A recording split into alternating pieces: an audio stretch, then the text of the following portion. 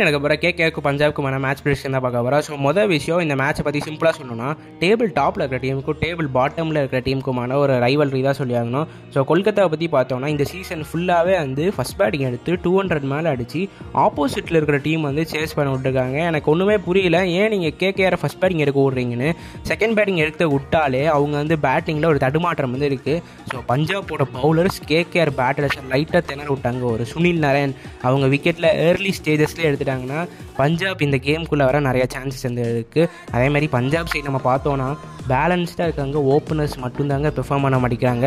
ஷிக்கர் தவான், பிரப்சிம்ரன் சிங் கொஞ்சம் பெர்ஃபார்ம் பண்ணாங்கன்னா பின்னாடி சஷாந்த் சிங் அவங்களுக்கு வந்து கொஞ்சம் ஹெல்ப்ஃபுல்லாக இருக்கும் இன்னிங்ஸ் எடுத்துகிட்டு போக.